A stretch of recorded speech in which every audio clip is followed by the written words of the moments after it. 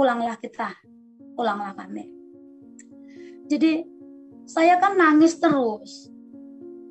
Saya meronta dalam hati saya, kenapa? Apa salahku? Kenapa setega orang itu? Tega kali nggak bisa dipertemukan aku sama anakku. Itu yang aku pengen. Hanya untuk bertemu. Udah hampir 2 bulan anakku nggak pernah kulihat.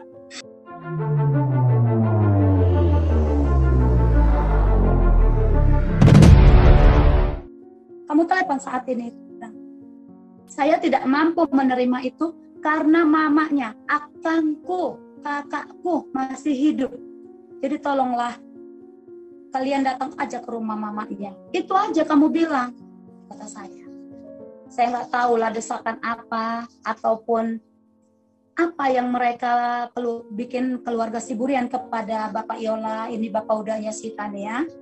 Sehingga pada malam hari Kamis dia telepon kembali sama saya sebab hari Jumat Martupul, hari Sabtu katanya si Burian mau datang mengantar si Namot ke rumah si Bapak Udanya ke Siantar.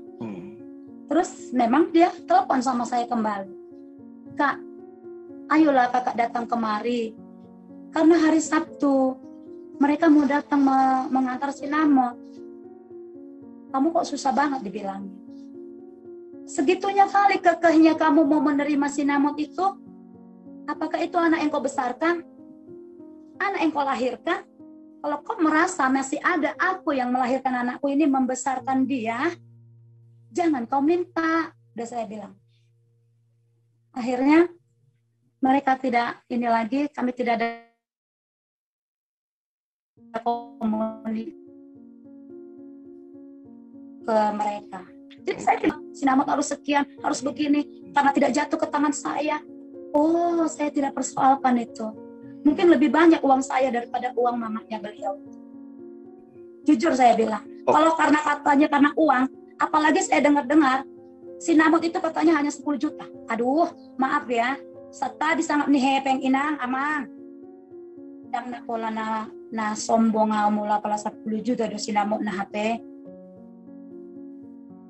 Dan pola rebutokwi. Masih ada suamiku, anak-anakku sudah bekerja loh. Ini mereka semua sudah bekerja. Mereka adalah anak-anak yang takut, yang penuh dengan ketaatan kepada kami orang tuanya. Dan semua anakku adalah anak yang takut akan Tuhan. Semua mereka memberi kami uang. Jadi saya nggak pernah berpikirkan dengan uang. Oke, berarti dari proses adat ini sampai ke Marhata Sinamot, artinya Ibu Emma sendiri absen dari kehadiran rangkaian proses adat tersebut karena menganggap pihak Siburian tidak menghargai ibu sebagai ibu kandung ya. Nah, untuk dalam proses ini kan pembicaraan pernikahan. Nah, untuk terkait dengan pembelian baju pengantin dan juga emas-emasnya itu sempat nggak cerita sama anak, dan untuk sampai proses pernikahan apakah ada kontribusi dari Ibu Emma misalkan memberikan baju pengantin atau gimana? Tidak, saya sudah katakan tadi dari awal bahwasannya Retania dia bilang sama saya, itulah kecintaan dia akan saya orang tuanya, begitu ya.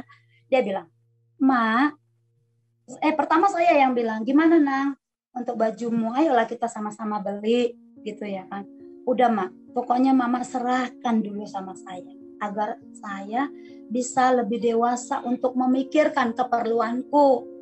Tapi kalau nanti saya sudah mentok, saya sudah tidak tahu lagi, nanti saya serahkan sama Mama. Begitu. Bahkan dia mengatakan, kan biasanya Ma, kalau mau Marhata Sinamot itu nanti ada dibilang di sana kan, untuk beli baju pengantin, kan gitu. Dia bilang, nanti kan udah saya siapkan bajuku katanya. Jadi nanti kalau aturannya yang seharusnya itu untuk beli baju pengantin udah untuk Mama aja. Buat persiapan-persiapan Mama lah, buat keperluan pesta itu. Biar Mama jangan ngeluarin uang. Seperti itu. Oke. Dia bilang. Jadi itulah pembicaraannya ya, Bu ya. Nah, jadi untuk maju lagi tadi kita ke 1 hari sebelum pernikahan pada akhirnya bertemu dan tidak ada titik temu ya. Tidak ada titik temu. Pada saat itu dan pulanglah. Terakhir begini. Terakhir. Itoku bilang begini. Jadi Amang, Inang, kalian nggak mau lagi mempertemukan bereku kepada mamanya, buruni itokon dan behamu pajupakon hamidoho ibereki begitu. Ya namanya juga besoklah tinggal menikah. Hanya bertemu kok nggak bisa. Mau besok menikah. Ini kata pihak dari Ibu Siburian. Iya. Oke. Enggak, saya tidak tahu Mama Siburian ini tidak ada di situ. Yang saya tahu, ini hanya Siburian yang lain. Hanya Siburian yang lain. Saya sudah mengatakan, saya tidak mengenal yang namanya Mama si Alex Siburian ini. Saya tidak pernah bertemu dengannya, saya tidak pernah berbicara dengannya. Jadi sama sekali sampai detik ini, saya tidak pernah mengenal yang namanya Mama Alex Siburian. Itulah intinya. Akhirnya pendek kata, itu aku bilang, ya sudahlah. Kalau memang kalian tidak pernah bisa mempertemukan Itoku dengan anaknya, terserahlah, pestakan kalian lah pesta kalian. Kan seperti itu. Pulanglah kita, pulanglah kami. Jadi saya kan nangis terus. Saya meronta dalam hati saya, kenapa? Apa salahku? Kenapa setega orang itu? Tega kali nggak bisa dipertemukan aku sama anakku. Itu yang aku pengen. Hanya untuk bertemu. Udah hampir 2 bulan anakku nggak pernah kulihat. Bahkan di hari malam itu terakhir pun mereka nggak pernah mau ngasih aku sama anakku bertemu. Luar biasa kejam kalian. Memang itu yang saya katakan kepada si Buria. Sangat amat kejam kalian. Kalian pun punya boru. Jangan sempat boru kalian nanti seperti itu. Seperti yang kurasakan, sakit loh. Sakit sekali. Kalian gak bisa kasih aku bertemu sama anak gadisku.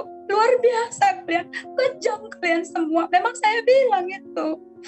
Kalian simpan anakku selama beberapa lama. Sampai detik mau titip pernikahan besok pun gak kalian kasih aku bertemu. Luar biasa kalian kejamnya sama aku bilang. Aku yang mengetahui gimana sakitnya perjuangan aku dari anakku kecil. Dari dia kecil sampai dia sarjana.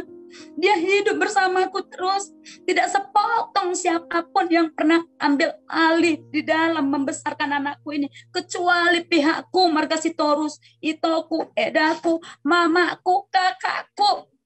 Mereka lah yang selalu menguatkan aku, memberi support baik uang sekolah mereka.